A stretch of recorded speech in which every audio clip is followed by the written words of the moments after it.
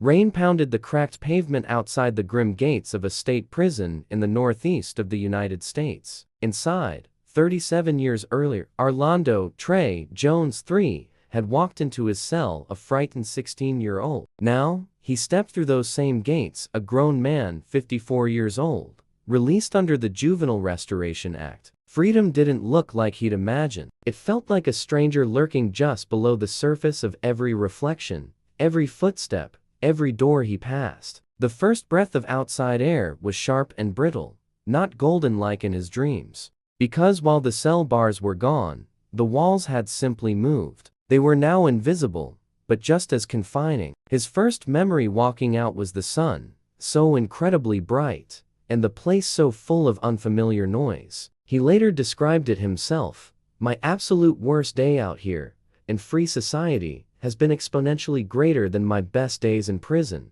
The moment his release became official, he gathered the small bag of belongings they allowed him, a few changes of clothing, a prison-issued toothbrush, and a thick envelope of case files and parole terms. His parole officer told him, "You don't owe us anything if you stay out, but the world out there will expect far more than you think."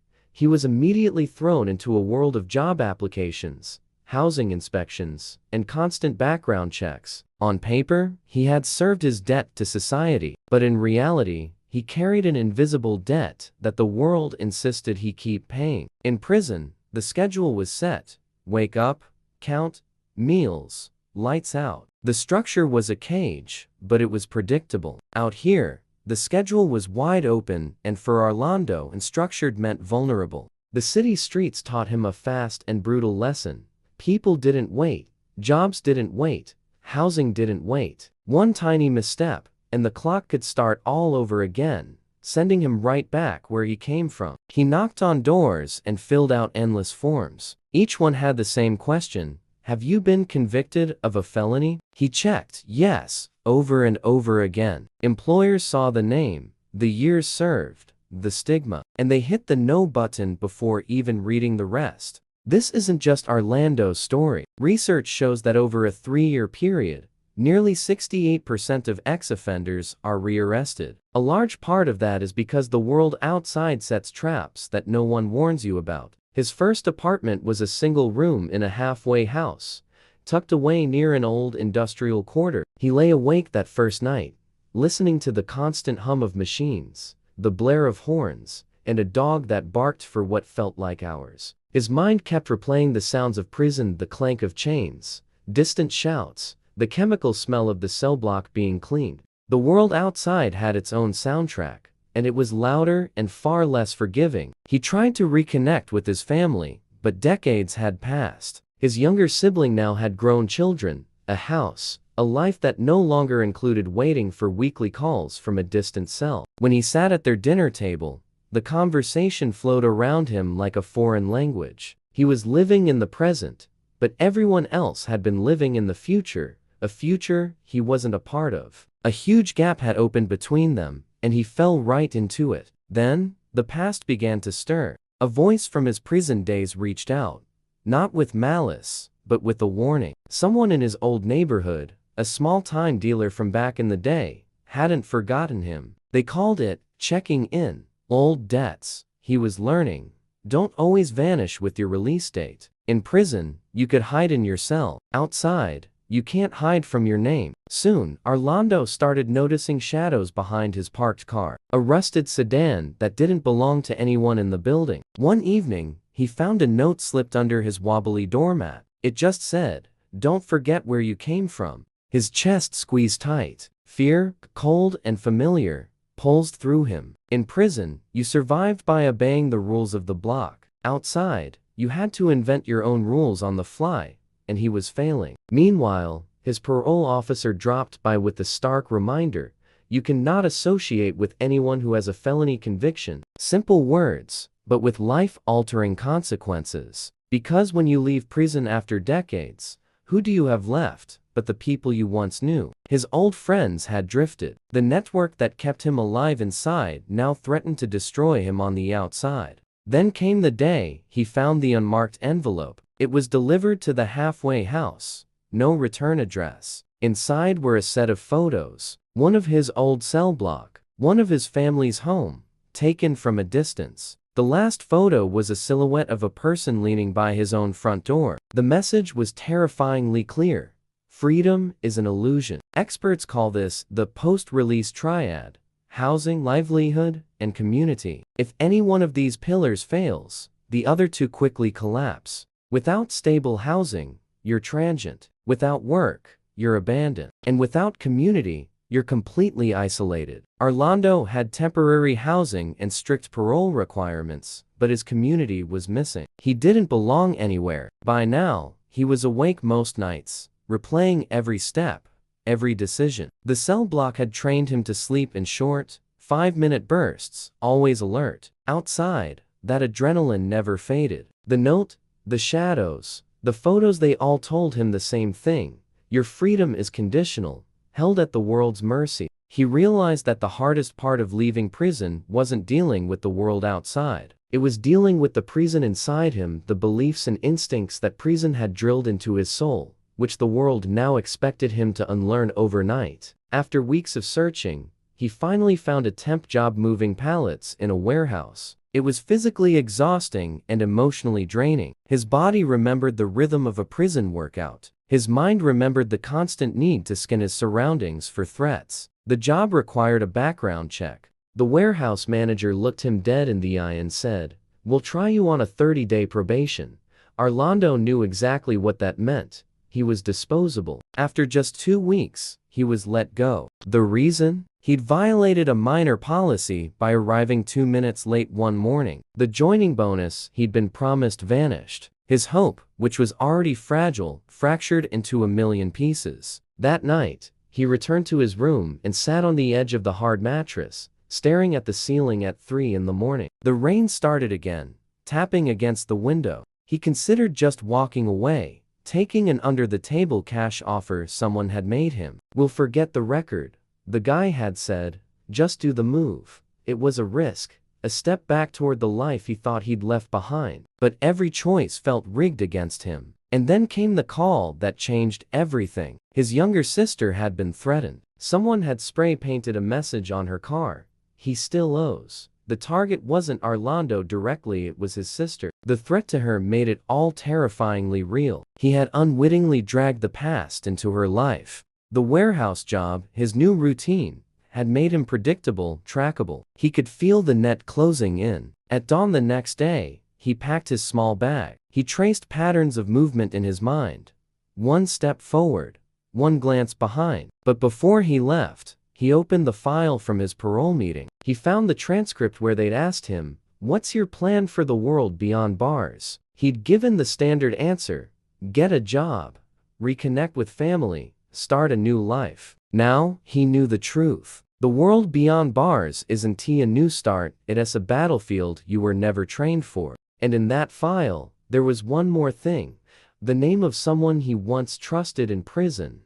Someone who was now also free. This person had connections he didn't know about. And now, the latent betrayal became clear. This person knew he was being released and had arranged an introduction. "We'll help you," they'd said. But in prison, help always has a price. Outside, that price came with compound interest. He left the halfway house that morning, not sure where he was going, but knowing he couldn't stay. The past had knocked on his door. The world outside had shown him its true face. And what awaited him, still locked inside his own mind, were the hardest locks of all to break. He drove away with the rain streaking the windshield, and, without looking back, he asked himself, is freedom just another sentence? If you or someone you know is struggling with re-entry after incarceration, or facing mental health challenges, please know there is support available. The road was slick that night, a ribbon of wet asphalt winding through neighborhoods Arlando barely recognized. He gripped the steering wheel like it might slip away from him,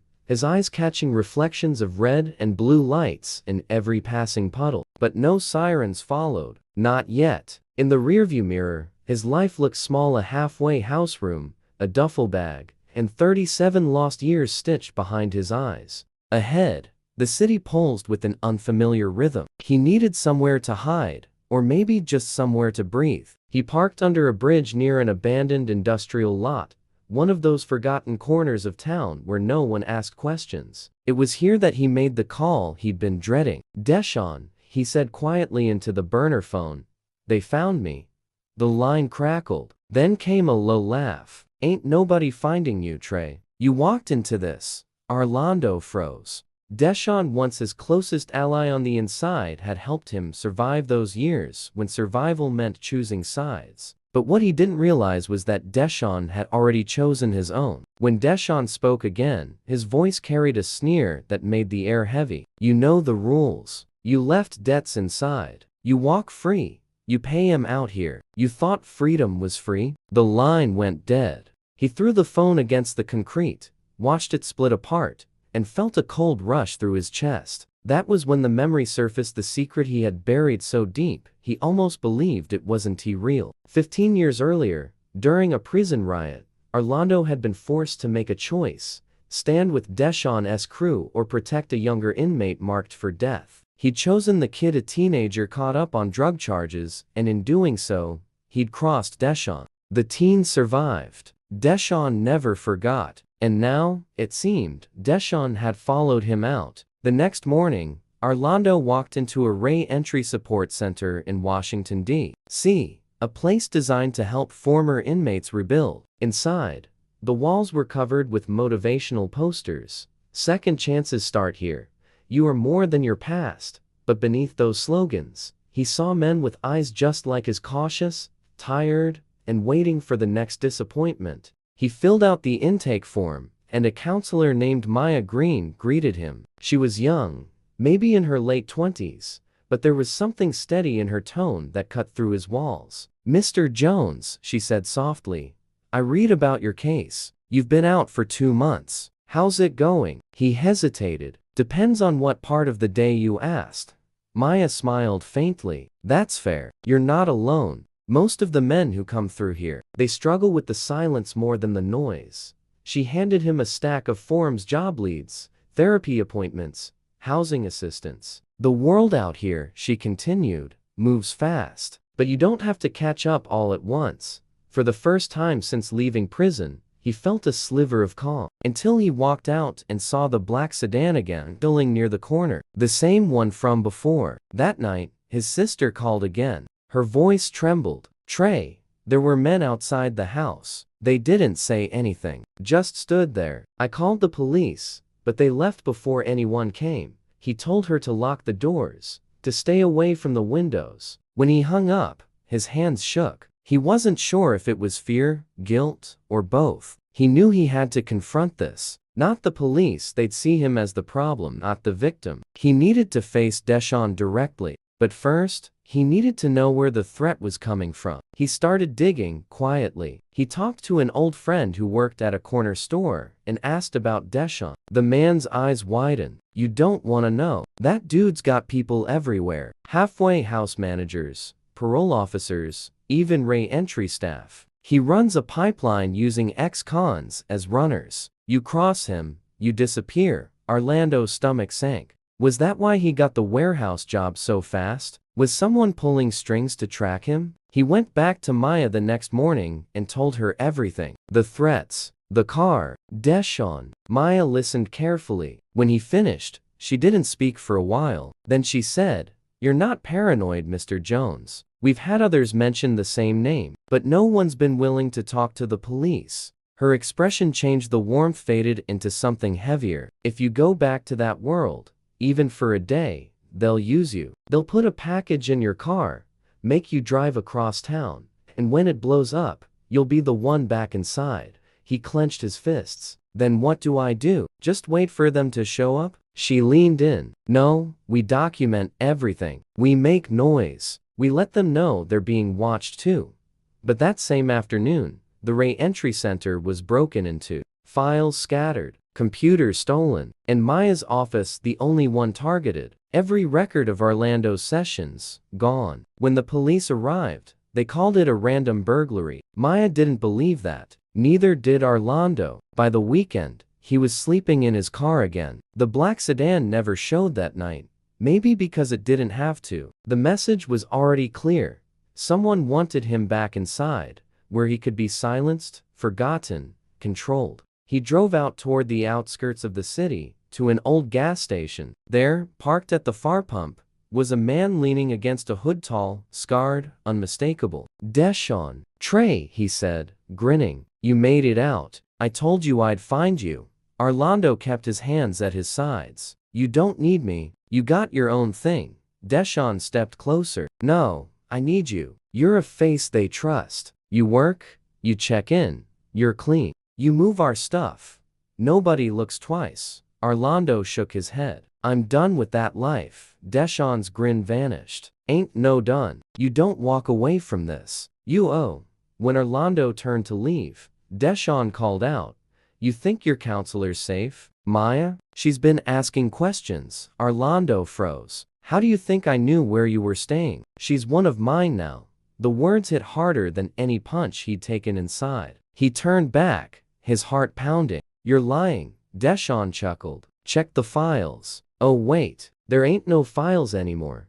Then he got into his car and drove off, leaving Arlando standing in the rain, his mind spinning. Had Maya betrayed him? Or was Deshawn just playing the same psychological games that ruled prison life? Divide, isolate, destroy trust. Either way, Arlando was back where he'd started, hunted, alone, and unsure who to believe. That night, he returned to the Ray Entry Center. It was empty, the power off, the building locked. But he saw something through the window, a single envelope on Maya's desk, with his name scrawled in marker. He broke in through the side door, heart hammering. Inside the envelope was a flash drive and a note. "Trust no one. If you're reading this, I'm already gone." The file name on the drive, Project Second Chance internal list. He plugged it into a computer, and what came up made his blood run cold. A roster, dozens of names, former inmates, each one marked with a code, active, used, or disposed. And next to his own name in red letters it said, "Next." The cursor blinked on the dim screen, a tiny, pulsing heartbeat in a dark room. Arlando stared at the word next to his name, "Next." It didn't make sense. Or maybe it made too much sense. The threats, the surveillance, the stolen files, they were all part of something bigger. This wasn't just about him. It was about every man who walked out of those prison gates, thinking they were free. He downloaded the file onto a small flash drive and slipped it into his pocket. Then he powered down the computer and stepped out into the night. The rain had stopped, but the air was thick with the smell of metal and exhaust. The streets were nearly empty. Freedom had never felt so fragile. By dawn, he was parked outside Maya Green's apartment building. The lights were off. He waited, watching as joggers passed and delivery vans rumbled by. Finally, a shadow moved behind her window. Relief flickered for a second until he noticed the second silhouette, a larger shape standing too close to her. He got out of the car quietly. His heart thudded in rhythm with his footsteps. The front door was locked, but the side entrance opened with a soft click. Old habits from a lifetime behind walls, where locks meant everything and nothing. Inside, the hallway was silent except for the hum of a refrigerator somewhere down the corridor. He moved toward the light spilling from her kitchen, and there she was, Maya, sitting at the table, her wrists bound with duct tape. A man in a black jacket stood over her, holding a phone. Arlando froze. The man turned slowly. "Didn't expect you this soon, Trey." Deshawn. He smiled like they were meeting for coffee. "You've been busy. Breaking into offices, stealing files, snooping around. You think you're gonna blow this open?" Arlando stepped forward. "You used her. You used all of us." Deshawn tilted his head. "Used? No, gave you purpose. The system doesn't care about you, Trey. I do. I gave you work. I gave you a way to eat, to survive. You think they'd hire a man with murder on his record? The world locked you out. I just offered you a key." Maya's voice trembled. "He's running a Ray Entry scam. He recruits former inmates through fake programs, uses them to move drugs, launder money. When they're caught, he cuts them loose." Deshawn grinned. "She's quick. Shame she started asking questions." Arlando's jaw tightened. "You don't have to do this, Deshawn." Deshawn laughed. "We already did this. You just didn't know your part." He raised the phone and tapped the screen. From the living room, A live stream flickered to life on a nearby tablet. A warehouse. Men moving crates. Maya's center logo on the trucks. "This is the game now," Deshawn said. "They think it's all rehabilitation, donations, grants, partnerships. But every box carries more than hope. You expose me, you expose them. You go down too." Arlando's pulse hammered. He had the flash drive, the proof, but how could he use it when every finger would point back to him? Maya whispered, "Don't let him win." Deshawn turned, irritated. "You should have stayed out of this." And in that moment, Arlando moved. Years of prison tension exploded in a single motion. He lunged, grabbing Deshawn's wrist, slamming it against the counter. The phone clattered to the floor. Deshawn swung back, catching him across the jaw. They crashed into the kitchen table, sending papers and a cup of coffee flying. The fight was brutal, not graceful, not cinematic. It was desperate. Every hit echoed with years of frustration, betrayal, survival. Deshawn reached for a knife from the counter, but Arlando grabbed his arm and twisted hard, forcing him to drop it. Maya kicked the blade away, her eyes wide with terror. Sirens wailed in the distance, faint, but coming closer. Someone must have heard the noise. Deshawn shoved Arlando backward and sprinted for the door, but Arlando followed, crashing into him on the landing. The two men tumbled down the stairs, landing hard at the bottom. Deshawn groaned, clutching his leg. "You can't outrun who you are," he hissed. Arlando looked down at him,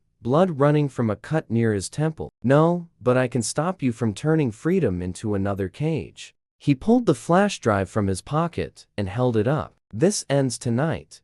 When the police arrived, they found Maya shaken but alive. Deshawn was cuffed on the curb, muttering under his breath. Days later, Arlando sat in a small room at the police station. Two detectives across from him scrolled through the files he'd turned in. The list, the shell companies, the payments, it all tied together. A nationwide network exploiting ex-prisoners for organized crime. One detective looked up. "You could have walked away, Mr. Jones. Why risk everything?" He shrugged. "Because I already lost everything once. This time, I wanted it to mean something." Maya visited him after the interrogation. She had bruises on her wrists, but her eyes were clear. "You saved my life," she said. He shook his head. "No, you saved mine. You made me believe I could still do something good."